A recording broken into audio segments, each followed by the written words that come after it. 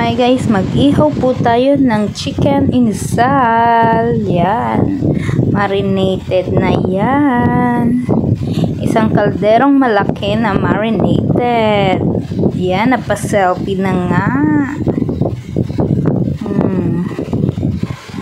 Yan, ang aking assistant. Seryoso yarn. May iniihaw sa baba, meron din dito. Sobrang init guys, mag-ihaw. Tapos yung panahon, buti na lang nasa ilalim kami ng puno ng kahoy, kaya may lilim at merong konting hangin. Sarap habang nag-iihaw, umahangin ng konti. Yun no, yung kasama ko nag-iihaw ng kamote sa baba, habang ako naman nag-iihaw ng chicken. Expert ko ang mag-ihaw. Dapat hindi binibigla ang pag-ihaw sa manok at kahit anong ihawin na ulam. Oh, yan na guys. So, daig pa sa inasal yan.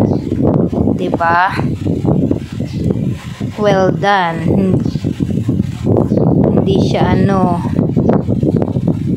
biglang pagkakaluto. Tamang-tama lang.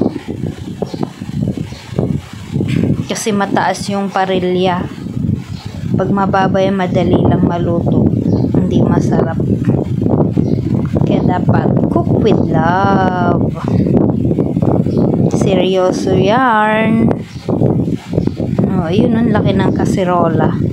Punong-puno ng manok at liempo. Marinated. Charan! Yan na yung liempo. Ayan, happy yan habang nag-iihaw. Ayan, napasayaw na nga.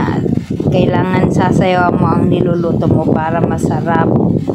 Mga baliw. Sayawan para daw sumarap ang niluluto. Cook with love. Yan na guys, malapit na kaming matapos dyan kasi liempo na. Natapos ko na yung chicken. Oh.